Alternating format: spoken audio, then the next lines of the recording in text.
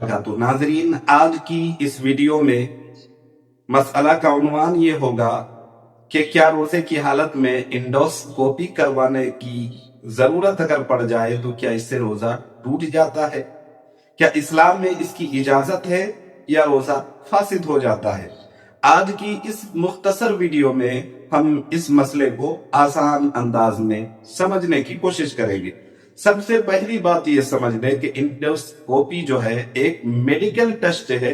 एक बारीक कैमरा मुंह के जरिए मैदे में हलक के नीचे से पेट में उतारा जाता है ताकि उसके जरिए पेट के और मैदे की बीमारी का पता चल सके।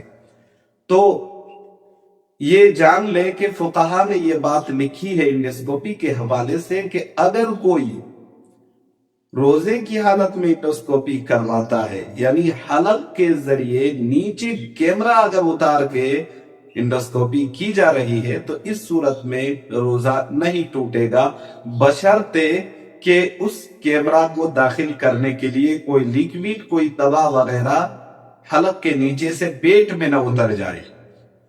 फकत अगर कैमरा हलक के नीचे से उतारा जाता है तो इससे रोजा नहीं टूटता, लेकिन अगर कोई लिक्विड, कोई दवा वगैरह अगर हलक के नीचे से कैमरा के जरिए पेट में नीचे चला जाए और वो दवा पहुंच जाती है तो अब इससे रोजा टूटने का भी अंदेशा है। बेहतर ये है, अफजल और उत्तम ये है कि एहतियाती तदबीर और तकाजा ये है कि भाई रोजे की हालत में इंडोस्कोपी वगैरह ना करवाए तो अफजल है। लेकिन अगर डॉक्टर लिख दे और बदरजाए मजबूरी करवाने की जरूरत ही आन पड़े तो अब इस सूरत में कोई हर्ज नहीं है, रोजा नहीं टूटता।